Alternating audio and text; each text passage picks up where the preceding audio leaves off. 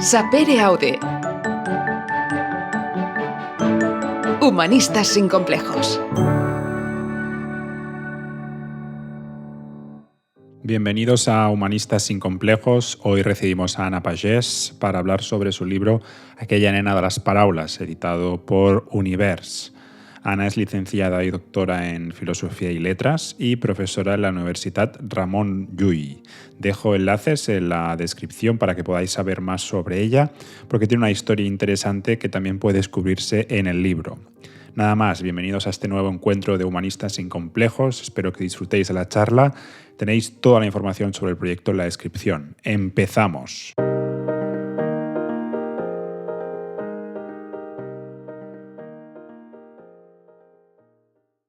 Bienvenida, Ana, ¿cómo estás? Muy bien, gracias Alexis. ¿Y tú?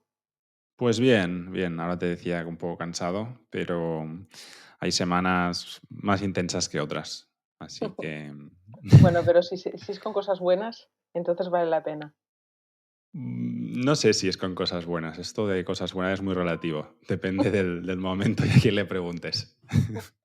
¿Tú qué tal? ¿Cómo estás? Bien, bien, estoy bien. Ya terminaron las clases, terminaron las evaluaciones, hemos firmado actas y ahora estamos ya encaminando la segunda convocatoria, que ahora ya no es en septiembre, sino que se hace, nada, al cabo de 15 días más o menos. Así que Eh, los estudiantes ya están imaginando el verano y nosotros aprovechando para hacer otras cosas, tesis doctorales, reuniones, congresos, jornadas y si podemos, si nos queda un poco de rato, leer y escribir. Siempre haciendo cosas, ¿no? Es difícil muchas veces parar, aunque uno tenga la idea de parar. Sí, lo que pasa es que si hay cosas que te gustan, el tiempo no cuenta. Esa es la cuestión. O sea, el tiempo, percibimos el tiempo porque hacemos cosas que nos perturban o que nos parecen repetitivas. Y que hacen que nuestra percepción del tiempo sea como cerrada, que haya como una clausura del tiempo. En cambio, cuando eres capaz de hacer algo que es un poco más creativo o que simplemente te gusta, porque crees que lo puedes hacer bien, entonces se abre, ¿no? Se abren las horas, los minutos, los segundos y se vive el tiempo de una forma, pues, más cualitativa. Y eso me parece que ese es el punto, ¿no? Que muchas veces estamos cansados y nos parece que no, que hay algo de lo que hay algo que queda como enquistado porque el tipo de actividades que hacemos no necesariamente son interesantes. Pero bueno, Sí, sí. A ti te gusta, ¿no? Disfrutas mucho, ¿no? Con la educación, mucho, mucho. te A mí gusta me la gusta el contacto con los universidad. jóvenes, me gusta dar clases, me gusta leer los trabajos que escriben, me gusta estar con ellos. Sí, es algo que disfruto. Y también Cu- disfruto todo lo que sea, leer la producción intelectual de los demás, la gente que ha hecho una investigación y ha escrito una tesis, ¿no? Si estás en el tribunal, pues tener la oportunidad de leer lo que han hecho, sus trabajos, ¿no? Cómo han planteado un problema que les ha surgido y todo esto cómo se va hilvanando. Y esa parte es muy bonita también. O sea, tengo suerte. ¿Cuántos años llevas dando clase en la Más de universidad? 35. 35. Sí, sí, sí. ¿Y te ves todavía conectada con Bueno, tus no, alumnos? aprendo Porque han cambiado bastante. mucho. Sí, han cambiado mucho, pero yo también he cambiado mucho. Hay cosas que hago ahora que antes no hacía en clase y los estudiantes, pues, son más nuevos para mí porque cada vez la distancia de edad entre ellos y yo se va ampliando, pero creo que tengo una vitalidad intrínseca que me permite conectar y aprender de cómo piensan, quiénes son, qué dicen. Y eso por ahora lo mantengo, creo, Bueno, creo. ¿leen tus libros, tus estudiantes? No, no, mis estudiantes leen poco, Ah, leen poco. leen poco. Leer es una dificultad. Es algo duro, es difícil, tienes solamente el texto delante, no hay nada más, no hay otro estímulo. Y ellos son gente que se mueven en muchos estímulos. Pero si les das un texto corto, lo lees con ellos, les acompañas en la lectura, pues a veces hay algunos que son grandes lectores, ¿eh? No todos, pero es una minoría, como siempre. Los grandes lectores son una minoría. También en mi época, cuando yo estudiaba en la universidad, la gente no leía y los que leían eran pocos. Lo que pasa Mira, que, claro, cuando yo estudiaba en la universidad no existía ni el WhatsApp, ni las redes sociales, ni nada de todo esto. Y esto ocupa mucho tiempo. A ellos les ocupa mucho tiempo y mucho espacio en la cabeza también. Lo cual, evidentemente, hace que sea más difícil concentrarse porque la dispersión es constante. pero parece que hay una efervescencia, ¿no? Con la lectura y la gente joven, que cada vez, siendo una minoría, pero no sé dónde ni cuándo, pero leí una estadística de que se siguen comprando libros, se siguen leyendo y que incluso hay una aproximación, un volver al libro en papel cuando parecía que el Eso sí, libro eso sí. electrónico. Yo tengo estudiantes que vienen con las agendas en papel y que toman apuntes en papel en clase. Y esto hacía años que no lo había visto. Y ahora no todos, ¿eh? Algunos. Algunos toman nota en papel, sí. El papel, ¿eh? El otro día hablaba con una persona que tenía que pasar un examen, trabaja, pero también estudia, y me decía que estaba preocupada porque iba a hacer el examen y iba a tener que escribir, y mucho, durante 2 horas. Claro, claro. Dice, hostia, Sí. no sé cómo voy a aguantar durante 2 horas escribiendo, me va a doler. Y Sí, empezó a sí, claro, no están ejercitarse. acostumbrados, no están acostumbrados. No, no, para ellos es un poco como dibujar. O sea, al principio, cuando un niño no sabe escribir, piensa que escribir tiene algo que ver con el dibujo, que se parece al dibujo. Y creo que la sensación que tienen muchos de estos jóvenes que usan el ordenador siempre o el móvil, pues escribir en un papel es algo del trazo, ¿no? De lo que queda ahí, que sí, se puede parecer a algo más artístico, un poco como la caligrafía de los chinos, los japoneses, para ellos, ¿eh? Creo que es así, Sí, algo muy, muy original. Yo creo que deberíamos escribir a mano todos un poco cada día, porque realmente es bueno. escribir a mano, sobre todo cuando lo hacemos tan poco, ¿no? Y tener un cuaderno y- a mano y poder escribir cosas que se nos ocurren o ideas que surgen en el día, pienso que es muy recomendable y también porque la idea no se plasma igual cuando usas la mano y no la punta de los dedos, ¿no? Que usas la mano para escribir y tomas el bolígrafo o la pluma. En algunas escuelas todavía se enseña a los niños a escribir en pluma, porque la pluma es mucho más delicada, el trazo se puede difuminar muy rápidamente, tienes que ser más preciso cuando dibujas el contorno de las letras. Sí, y la letra suele salir mucho más cursiva, ¿verdad? En pluma. Sí, Yo la verdad es que intento escribir lo posible, aunque de manera muy intermitente, a mano. Y creo que escribir a mano y con el papel tiene algo de terapéutico, cosa que escribir en el teléfono, en el ordenador, no lo tiene. Creo que hay más no, libertad en el sí. trazo cuando uno escribe en papel. Es que claro, con el ordenador no hay trazo. En el Claro, ordenador no hay trazo, es la máquina la que escribe, no tú. Tú le sí. pones las letras, pero no hay trazo de las letras, no dejas ninguna marca. Eh, Sí. Eso es una diferencia, me parece. Bueno, igual que en Además, el libro el papel, ¿no? El libro en papel, que lo puedes oler, lo puedes tocar, lo puedes acariciar, puedes buscar una página, ir hacia adelante y hacia atrás, teniendo la percepción del objeto en su totalidad, cosa que con el Kindle no tienes. O sea, el Kindle es una página, lees la siguiente, y si quieres ir a buscar una cosa que te acuerdas que estaba en el principio, pues no es tan fácil irte para atrás. Que evidentemente que hay una tecla que activa, ¿no? El volver, pero no es lo mismo. sí. Y aparte el papel creo que tiene cicatrices. O sea, el libro en papel que, Sí, tiene lo puedes como... marcar, le puedes Sí, poner post-its de hay colores. recuerdos, te puede caer una mancha, puede Sí, llover y se te sí, mojan un par de páginas.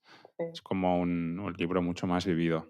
sí. Hay una cita de esta poeta canadiense Anne Carson que dice que la historia es como la mancha de té en una página, ¿no? Estás tomando el té y de repente te cae una gotita encima del papel y que esa marca, esa mancha del té que estabas tomando es la historia, ¿no? La historia se construye a partir de pequeñas manchas que quedan de lo que has hecho, dónde estabas y del accidente, ¿no? Del accidente de la mancha, que es una cosa que tú no has planificado ni has previsto, pero que ha sucedido. Es un azar. Creo que es muy verdadera esta idea de la historia, como los accidentes que se han ido sucediendo, ¿no?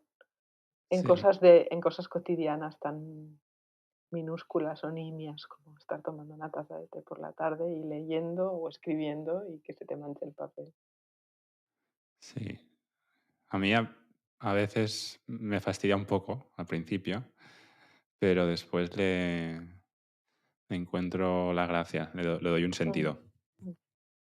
mm, Vamos a hablar de tu libro, Anna, aquella nena de les paraules, de l'editorial Univers. Yo te quería preguntar, porque tú ya has venido a este podcast, eres una gran ensayista filosófica, pero creo que esta es tu primera novela, es tu introducción al mundo de la novela.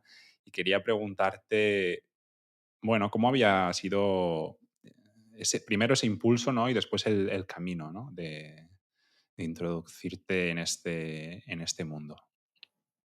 Bueno, yo publiqué en Herder Editorial Queda una voz, del silencio a la palabra, y en Queda una voz, en La voz como canto, el capítulo dedicado al canto, escribí un recuerdo autobiográfico, en el que mi abuelo cantaba un lied de Schubert, acompañado al piano, y cuando cantaba en alemán, mi abuelo, que era un hombre silencioso, nunca hablaba mucho, cuando cantaba en alemán se convertía como en otra persona. Y yo era pequeña, me sentaba en un taburete bajo para escuchar esa especie de cosa teatral que sucedía en la familia, y me parecía que surgía, que mi abuelo, pues que yo podía escuchar como otra voz de mi abuelo que hablaba alemán. Y entonces pensé que la filosofía era un poco eso, ¿no? Estar sentada en un taburete bajo, ser pequeña. Desde lo pequeño, digamos, se puede escuchar una voz nueva o distinta. Y que la filosofía es un poco eso también, ¿no? Ir a reconocer o ir a buscar esa otra voz que plantea preguntas y que uno no ha escuchado de entrada, pero que se proyecta en un texto filosófico o se proyecta en una música o se proyecta en un recuerdo, como era el caso, ¿no? Entonces, bueno, en ese capítulo que dedico a la voz como canto, después desarrollo bueno, hago un comentario de lo que dice sobre cómo cantar Schubert, Roland Barthes, respecto de dos cantantes, un alemán, Fischer Dieskau, y otro francés. Y bueno, lo que dice Bach del grano de la voz, ¿no? Dice: "El grano de la voz es este punto en el que la voz se articula a la palabra, y cómo queda la voz enganchada a la palabra". Aquí voz no significa una voz escuchada, no significa solamente un sonido, evidentemente, sino la voz es como una resonancia de algo que, puede no ser un sonido, pero que se puede escuchar en el sentido fenomenológico de percibir, aunque no se pueda registrar, em, aunque no se pueda grabar. Bueno, todo esto es para decir que, lo de la voz me llevó a, escribir un poco más sobre la memoria familiar. Y fue así como me encontré a mí misma, sorprendentemente, escribiendo en mi lengua materna, que es el catalán, mi lengua paterna es el castellano, en mi lengua materna, que es el catalán, y mm, fui hilvanando, desarrollando una historia, que es la historia de una niña, que en parte soy yo y en parte no soy yo, que es una niña que todavía no ha sido construida como sujeto, que está observando el mundo, ¿no? En esa primera etapa que Rousseau llama de educación negativa, ¿no? Una niña que husmea por ahí, como todos hemos hecho de pequeños, de alguna forma. Y como esta niña que tiene entre 6 y 7 años observa a su familia en los veranos en una casa que se llama Can Sunyer y se da cuenta de que en ese lugar, esa gente, calla cosas, hay cosas no dichas. Y las cosas no dichas son una voz. O sea que en realidad hubo como un enganche entre el ensayo filosófico que escribí en castellano para Herder, en el que Mm. ya introduje esta cuestión de la memoria como una voz, ¿no? En este caso es el recuerdo que yo rescataba de mi abuelo cantando Schubert, y como Schubert en alemán suena como otra voz que no es la de mi abuelo hablando en catalán, ¿no? Y, y por lo tanto esta cuestión de la voz como un principio de algo, como una articulación de algo, de algo que se escucha aunque no sea un sonido, y que tiene que ver con el lenguaje, con las palabras que se dicen y con las que no se dicen, pues de repente se fue construyendo en una historia, en un relato. Y este libro, Aquella nena de las paraules, se llama así porque es una niña que descubre voces en palabras que están por ahí flotando, que aunque ella no las sepa decir porque no conoce el vocabulario de lo que se podría decir, pero son palabras que están como por dentro del agua de la piscina, en el caldo de pescado que se cuece en la cocina y en todas las cosas que, en los crujidos de la escalera, en el ático donde se guardan los muebles viejos y papeles, en el polvo que se acumula encima de la mesa, en todas estas em, percepciones que un niño o una niña puede llegar a tener, que va más allá, que los niños tienen una sensibilidad que va más allá, que después los adultos van perdiendo esta sensación de contacto directo con el mundo. Y bueno, pues que las palabras no solamente se refieren a lo que tú sabes decir porque conoces la palabra, es decir, el vocabulario que tú vas adquiriendo, sino que las palabras también son ese lenguaje que duplica la sensación y la percepción del mundo y que a veces oculta otro mundo del que nadie quiere hablar. Y bueno, fue qué rollo, ¿no? Pero bueno, fue así como yo me enganché y entré en la novela que he escrito. Y eso no lo podía hacer, solamente con un ensayo filosófico, porque en el ensayo filosófico siempre tengo unos textos de referencia, unos autores, hay que citar, hay que sustentar, hay que argumentar algo. Y aquí era simplemente el hilo de la metáfora que había apuntado en mi libro de Herder y que se fue desplegando en esta historia de infancia y de guerra, porque es la historia de una niña que descubre que lo que no se dice en esa familia, en ese grupo familiar, tiene que ver con un asesinato durante los primeros meses de la guerra civil, que era algo muy común de lo que pasó en este país. Hablabas, Ana, de la importancia de las palabras, de la importancia de las mismas, pero ahora decías que esa niña, que es mitad tú, mitad no, Mm, descubre lo que no se dice, ¿no? sí. En el libro eh, vemos que tan importantes son las palabras como los silencios. ¿Tú crees que esa niña O sea, ¿cuándo esa niña aprende el significado que tienen los silencios? Yo creo que la niña no hace un aprendizaje, hay una expresión que Thomas Mann en La montaña mágica usa al final de la novela, o sea, que el que haya tenido el valor suficiente de llegar hasta el final encontrará esta expresión que dice, bueno, al final no hemos aprendido de nuestro protagonista las lecciones de la vida, ¿no? O sea, que la vida no, en realidad la vida no te da lecciones porque en la vida vas viviendo cosas que suceden, pero no puedes, no sé hasta qué punto se puede decir que aprendes algo. Entonces, la niña no aprende nada en realidad, sino que sí logra localizar lo dicho y lo no dicho. Y logra definir cuál es el trauma del que nadie quiere hablar, ¿no? Este trauma no elaborado que tiene que ver con la muerte del bisabuelo, ¿no? Del padre del abuelo. Una muerte violenta. O sea que el asesinato es parte del trauma, pero también la cuestión de la violencia, ¿no?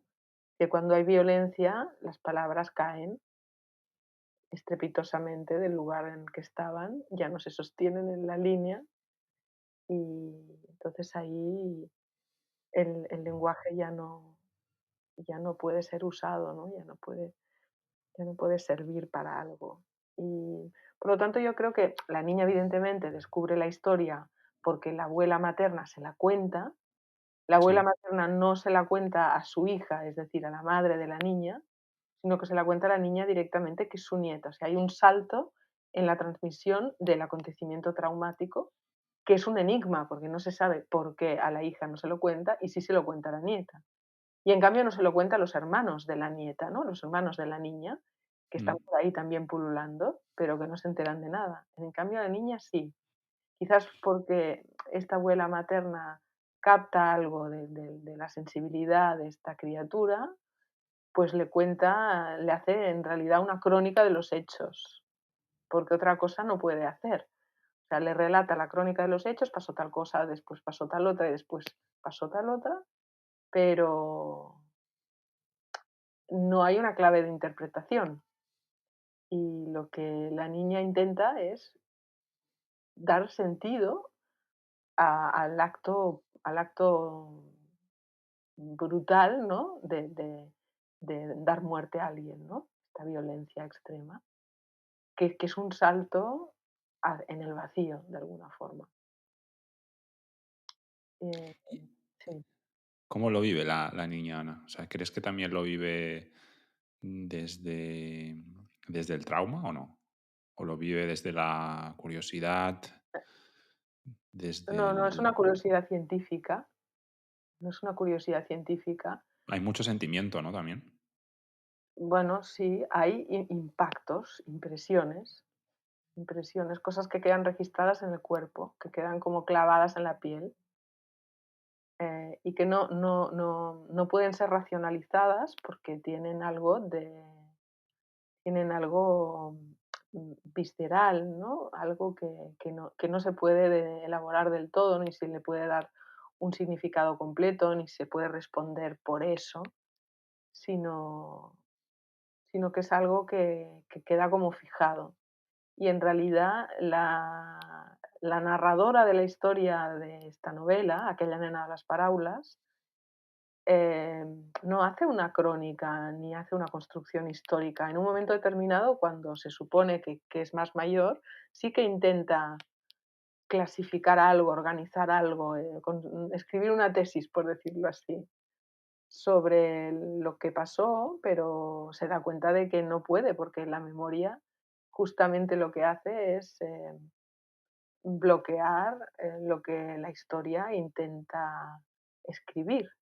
La memoria siempre complica las cosas, porque hay recuerdos que son encubiertos, porque hay recuerdos fragmentados, que son parciales, que son subjetivos también. Y entonces la historia intenta frente a eso ir a buscar la documentación, clasificarla, organizarla, archivarla y después escribir un relato cronológico, pero la memoria lo que hace es más bien impugnar la cronología.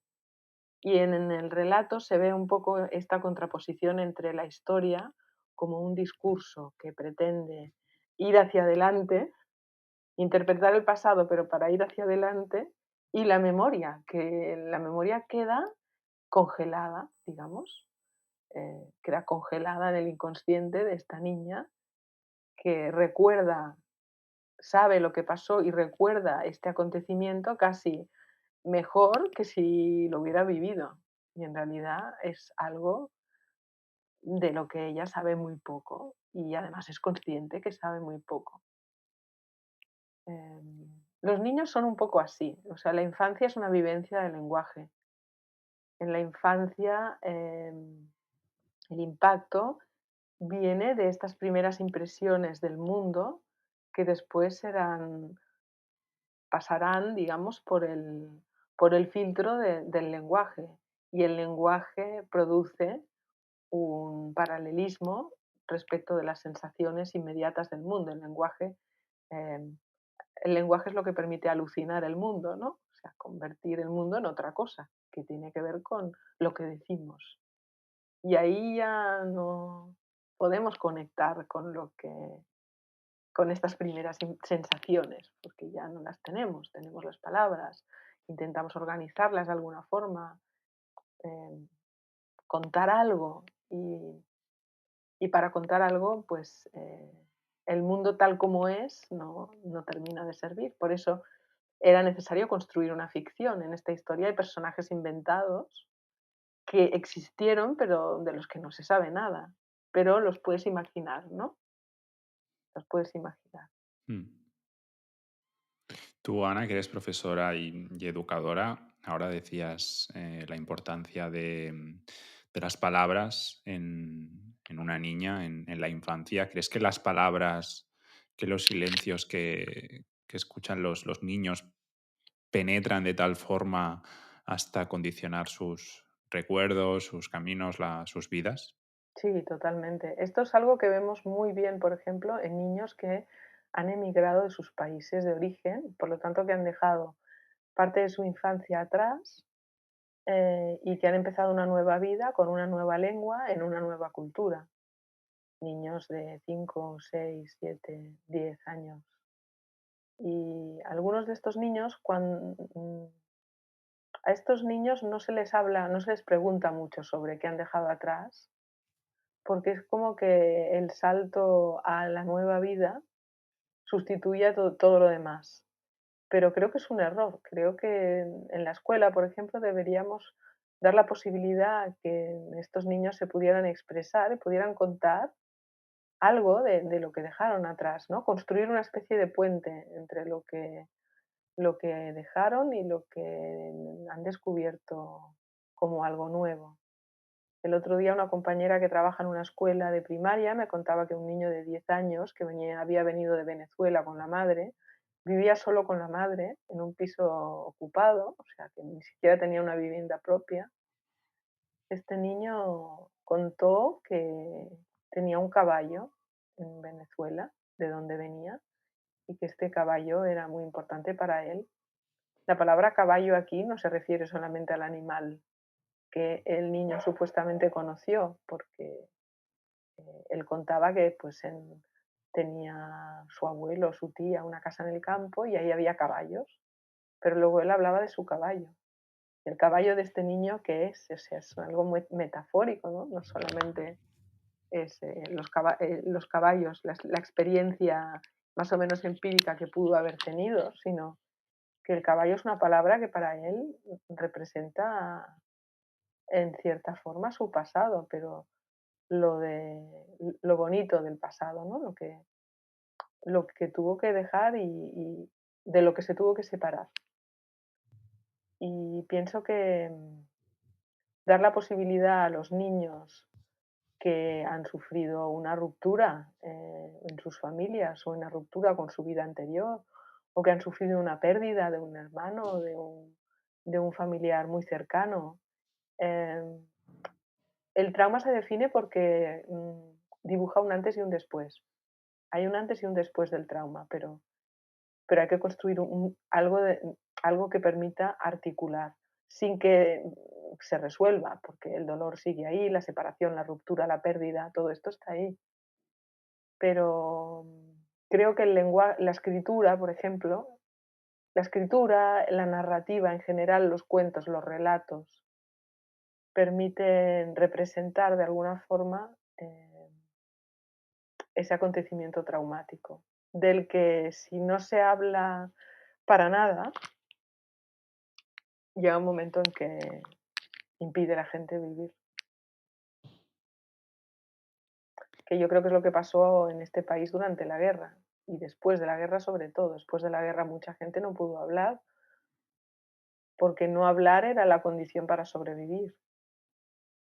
Esto pasó también después de la Segunda Guerra Mundial, ¿no? La condición para sobrevivir era no hablar de lo que había pasado. Pero en algún Totalmente. momento alguien tiene que decir algo. A lo mejor la primera generación no puede.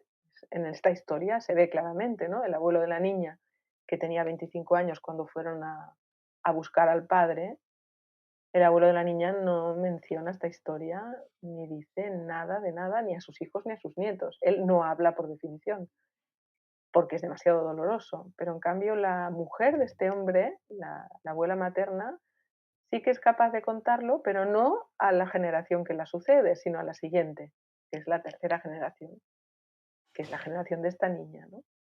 Y eso, cómo funcionan las transmisiones y los blancos en la transmisión es algo muy frecuente, pero algo interesante estudiar. Sí, y cuanto más pequeño es el sitio donde se vive, peor esos silencios. Mi padre siempre me explica que en el pueblo de mis abuelos, eso después de la guerra, era un tema tabú, no se Sí, podía, porque había tanto trauma que ahora comentabas, tantas cosas de unos, de otros, que era un tema, lo que tú comentas ahora y en el libro, del que nadie osaba hablar. sí, sí.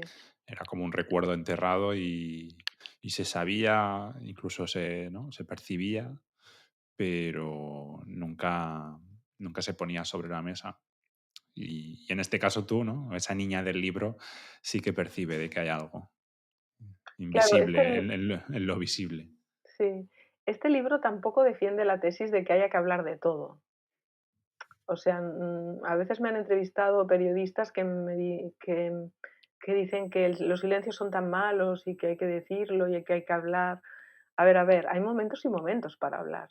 Claro. O sea, no se puede forzar em, el romper el silencio. Y justamente se dice eso, romper el silencio, porque el silencio es algo que pesa mucho. Y bueno, yo no planteo que se tenga que hablar a toda costa. No, no me parece. Me parece que hay Ujú. momentos en que mejor no hablar y momentos en que quizás, tal vez, de alguna forma, se puede hacer referencia, pero la literatura es algo que permite eso, permite construir una historia que no es objetiva desde el punto de vista histórico, que puede tener fuentes históricas, pero que al construir una ficción, pues facilita que el discurso sobre lo que ocurrió fluya de una manera más amable, tal vez, ¿no? Más, más asumible, más asimilable. El libro, Ana, empieza, bueno, con diversas imágenes de Cansuñé, que Cansuñé es la casa donde la niña iba los fines de semana y Cansuñé prácticamente se desarrolla y se explica como un personaje más de la historia. Sí. Tú en el libro comentas que no es una residencia, porque comentas que allí no se residía. ¿Qué, qué es para ti Cansuñé en este libro y en esta historia? Bueno, Gansuñé es un lugar simbólico. Todos nosotros hemos tenido un lugar simbólico que representa nuestra infancia, ¿no? Nuestro lugar. el lugar que nos gustaba, donde nos sentíamos bien, donde podíamos circular a nuestras anchas y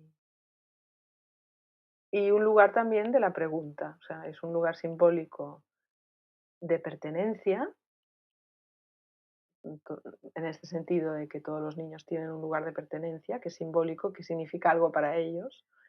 Y en el caso de la niña de la historia, Cansuñé es un enigma, es la pregunta no contestada, la pregunta abierta.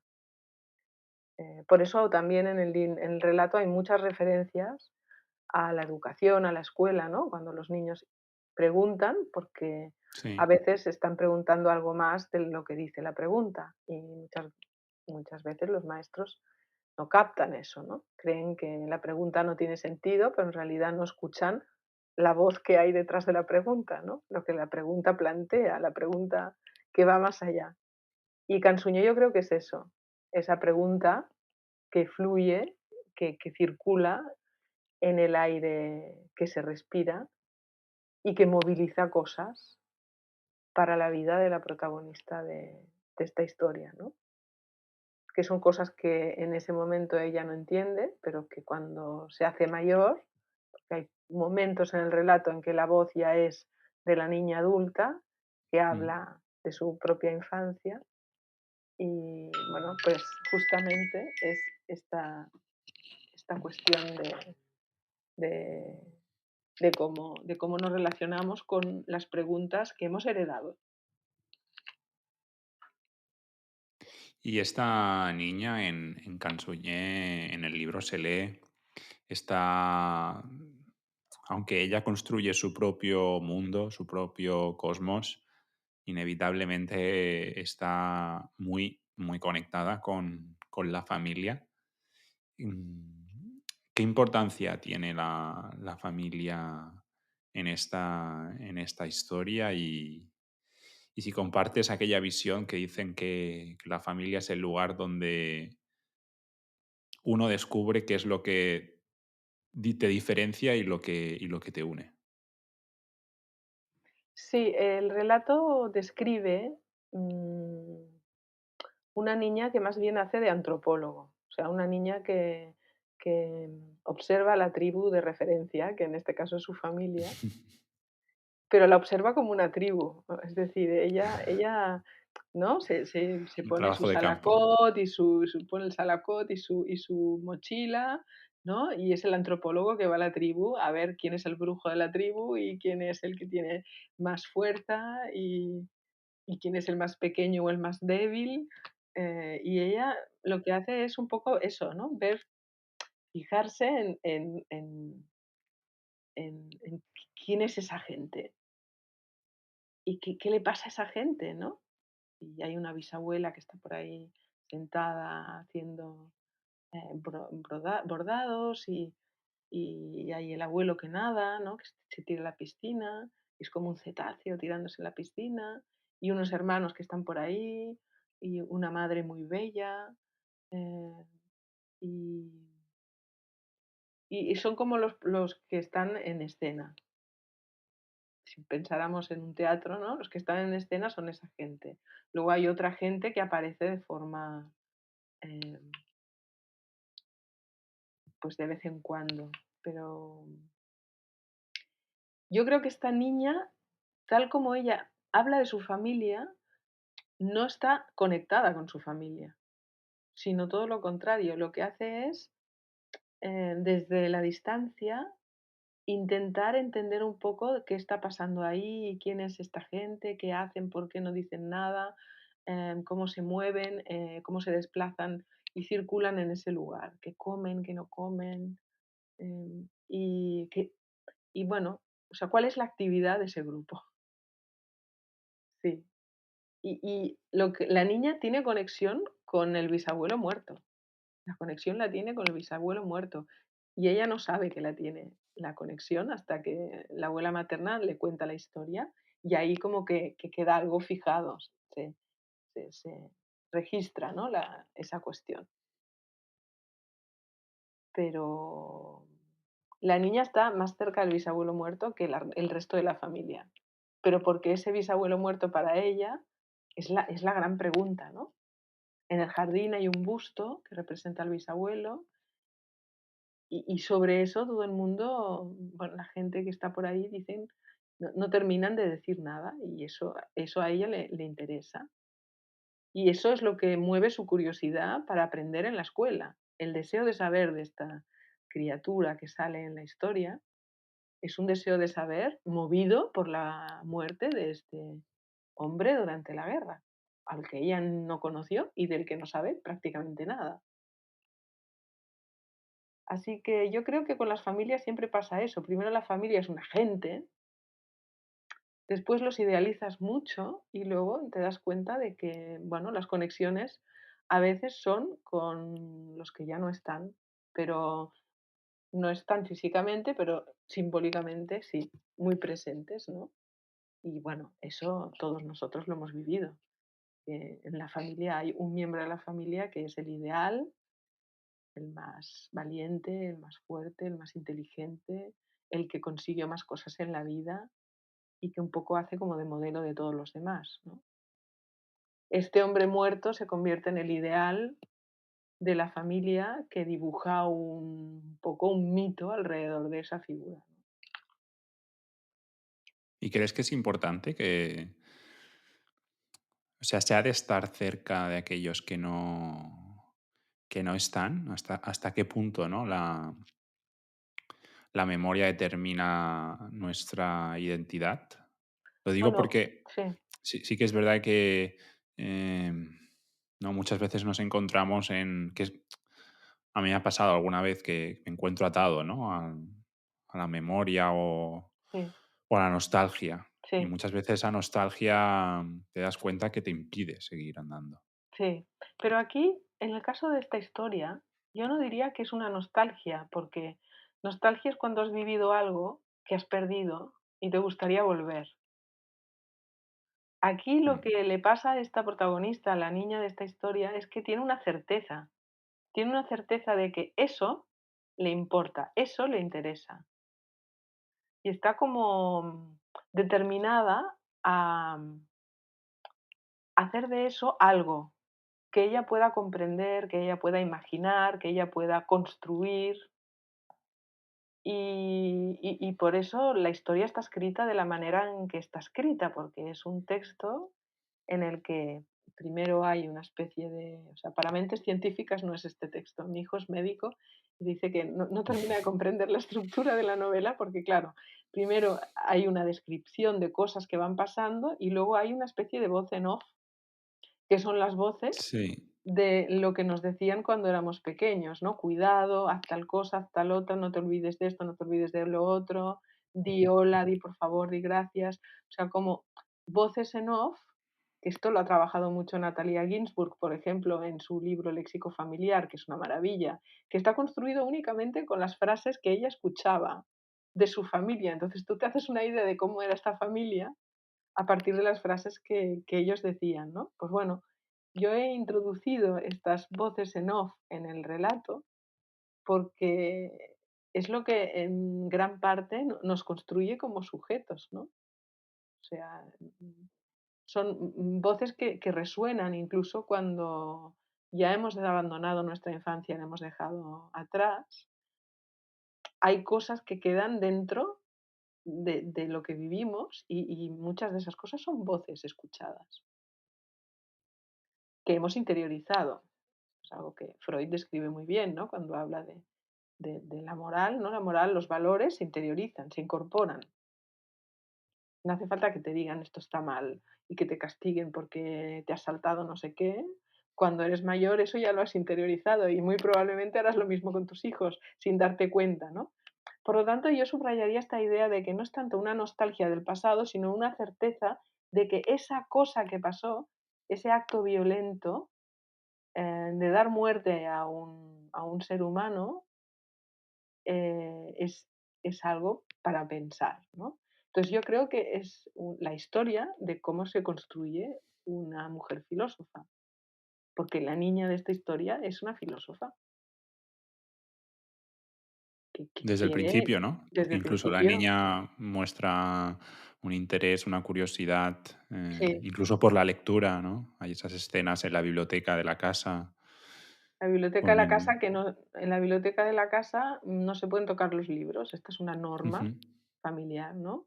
Los niños no tocan los libros de la biblioteca.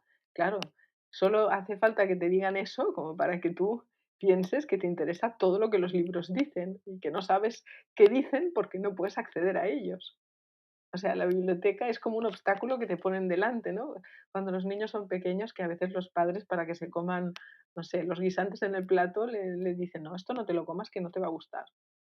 Y los niños enseguida van y se lo comen solo por ir en contra, ¿no? Esta cosa de la regla arbitraria, ¿no? De decir: "Bueno, esto es así porque lo dicen los adultos". Pero, bueno, ese obstáculo del acceso a la biblioteca queda en la historia de la protagonista de la novela como algo, que la conduce inexorablemente a los libros, el resto de su vida. Sí, sí. Hasta el punto de que comentas que tú, ¿no?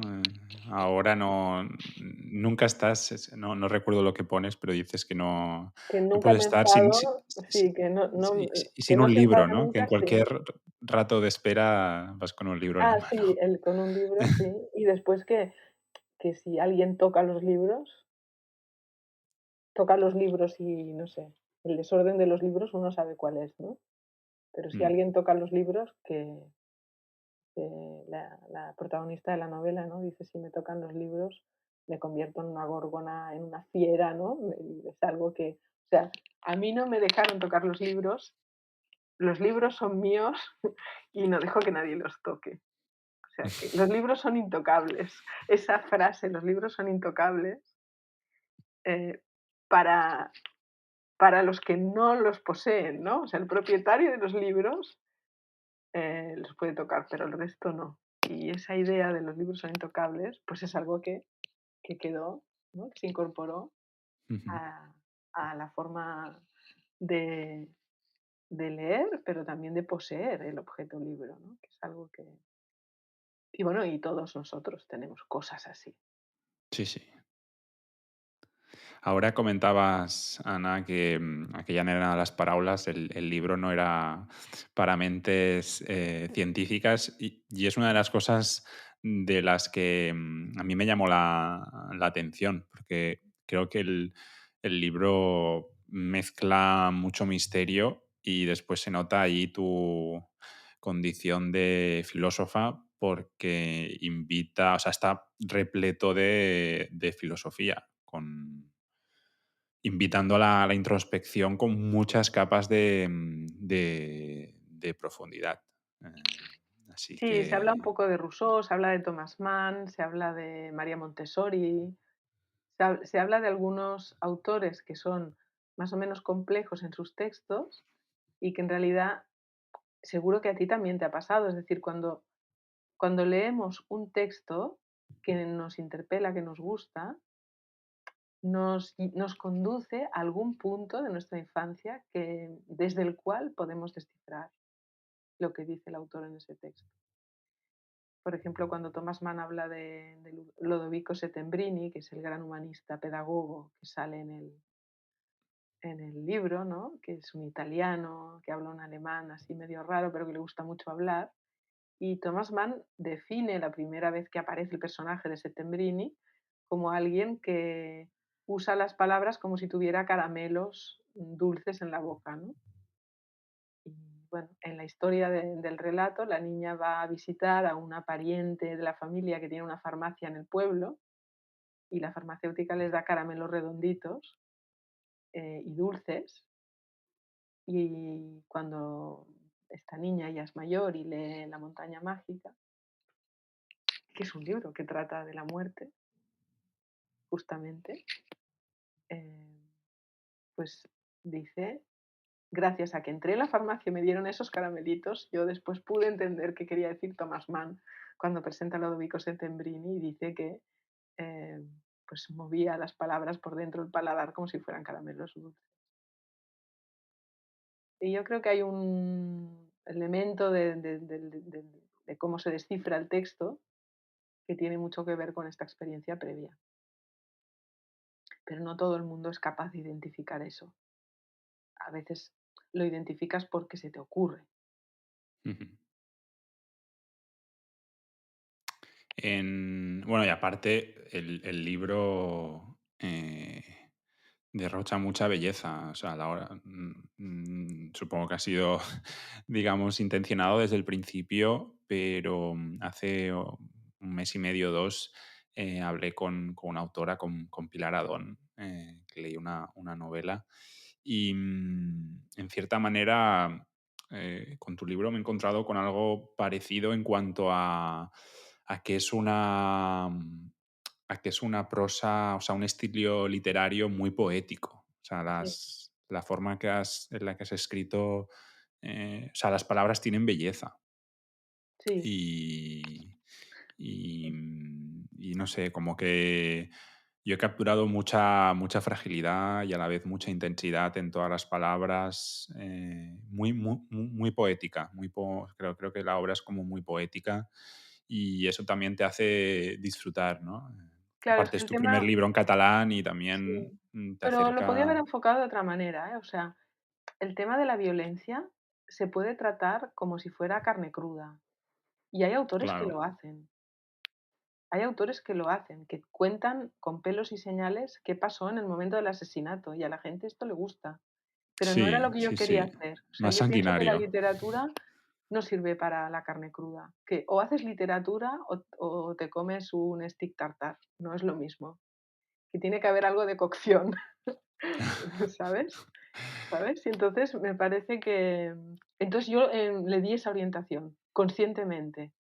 Y de hecho, cuando envié al manuscrito a algunos editores, algunos que me dijeron que no, uno de ellos me dijo que era demasiado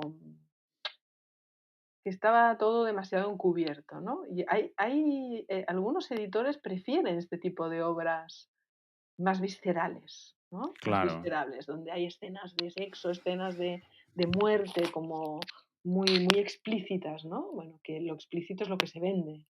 Pero para impactan mí eso no más, es sí. la literatura. Para eso te vas a una serie de Netflix y mira, y ya está. Pero la literatura, yo creo que la literatura justamente tiene que ser capaz de hablar de cosas terribles, em, introduciendo una cierta distancia y una metáfora, usando las metáforas como maneras que nosotros tenemos también de defendernos del horror. Y por lo tanto es intencionado, aunque para algunos sea tal vez demasiado light, el enfoque literario de la construcción del texto es intencionado y intencionadamente poético y sublimatorio, por decirlo así. Ujú. Antes comentabas, Ana, que el libro empieza con la descripción de un homicidio, un asesinato, que tiene impacto, ¿no?, en esa niña de 6 años. Ahora hemos hablado un poco sobre cómo se ha vivido, cómo se ha relacionado con ese suceso, pero en el libro constantemente está presente el tema de la muerte. Sí. eh, no sé si comentas en el libro que la muerte ocupa un vacío que no se puede llenar. Te quería preguntar, ¿qué te sugiere a ti la muerte relacionada con todo lo que cuentas en el libro? Y también si uno se puede preparar o cómo se prepara uno para la muerte. A ver, en el libro lo que se plantea es el horror de una muerte violenta. O sea, una cosa es Mm, que te mueras porque tienes una enfermedad y te digan que te quedan 3 meses de vida o 4 o un año, o que te mueras de repente porque te atropellan. Esto es una situación. Y otra es que un agente te lleve en el coche, te saque del coche y te dispare y te mate en una cuneta. mm, Gente, un grupo de gente, que a lo mejor uno de ellos o dos tú los conoces porque le has hecho un favor en algún momento. Ese es el punto. Entonces yo pienso que la muerte es una cosa normal y corriente que pasa y que la gente se muere y que nosotros somos mortales por ahora. hasta que los posthumanistas nos digan lo contrario, somos mortales. Entonces, en la medida en que somos mortales, podemos pensar la muerte. Y también podemos pensar la muerte violenta, aunque es mucho más difícil. O sea, la violencia se puede señalar. Esto es violento. Ahora muchas cosas son violentas y a lo mejor hace 2 siglos no lo eran, pero en la práctica social en general. La violencia es algo que se describe y que socialmente es identificable como violencia. Pero ¿cómo se trata la violencia desde el punto de vista de cómo pensar lo que es esta cosa indecible, ¿no? De matar a otro. El primer mandamiento, ¿no? No matarás. Bueno, pues matamos y seguimos matando. Y durante la guerra civil, aquí en este país hubo dos bandos, pero entre los dos bandos, hubo muchas guerras en plural, pequeñas guerras que la gente eh, hacía, ¿no? Había una lucha interna entre las personas y a lo mejor era tu vecino o tu primo hermano que se había apuntado una cosa que le dijiste un día o que hiciste un día y entonces, o a lo mejor no era nadie conocido y eran pues gente a sueldo, ¿no? Que se dedicaba esto que aquí se llamaban los paseos. O sea, llevaban a la gente en coche, la hacían bajar y disparaban y ya está. Podía ser porque fueran católicos o porque fueran propietarios o al revés, Ujú. porque fueran ateos o porque fueran republicanos, daba igual. O sea que una cosa son una cosa es una guerra en la que hay dos bandos armados, los dos bandos armados, que luchan y hay una batalla. Esto es una situación. Y otra situación es un acto de violencia arbitrario eh, en el que hay una persona o varias que están armadas y otra que está desarmada. Matar a una persona indefensa.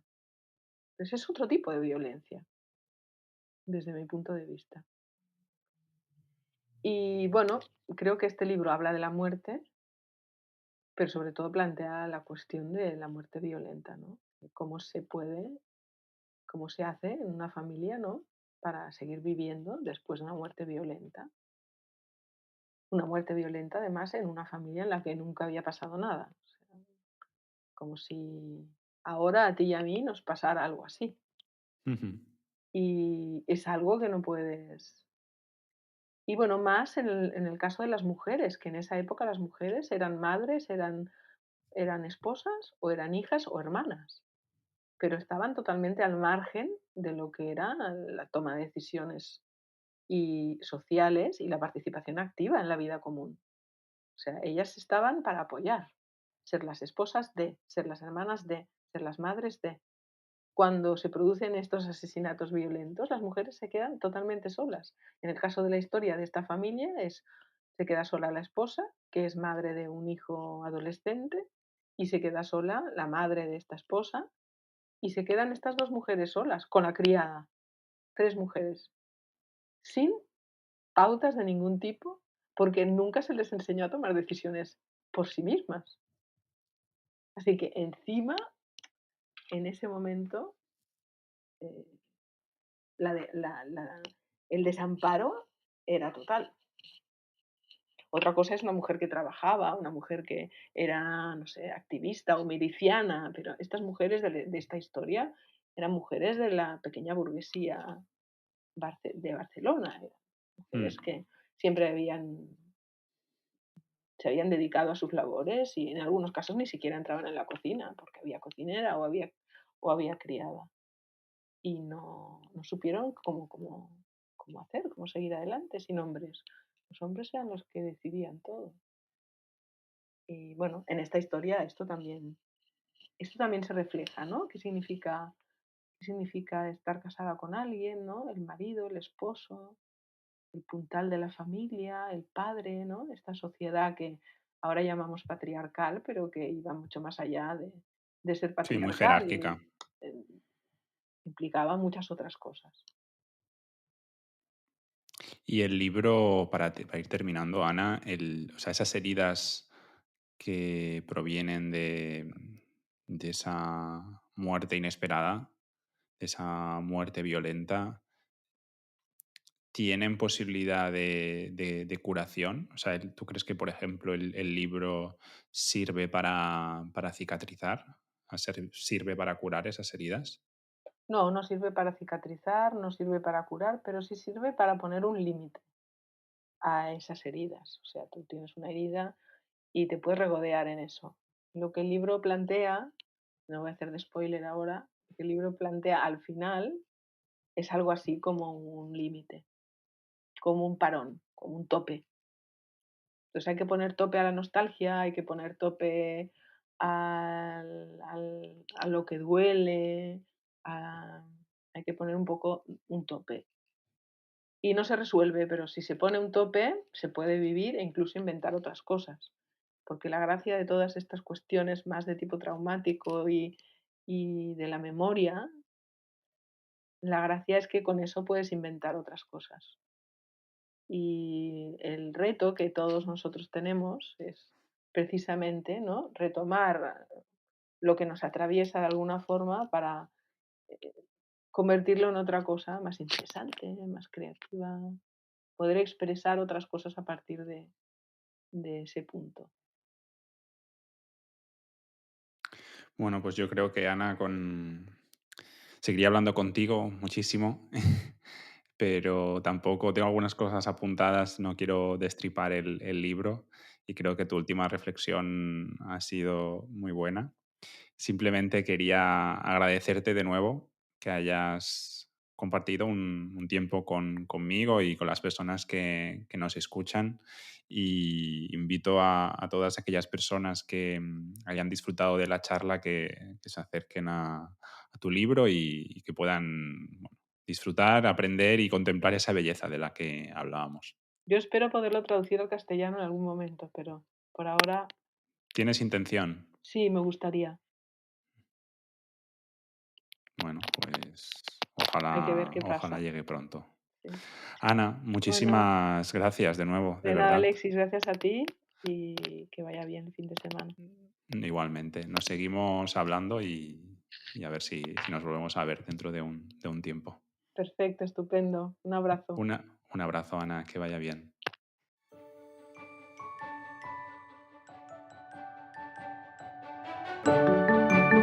Sapere Aude. Humanistas sin complejos.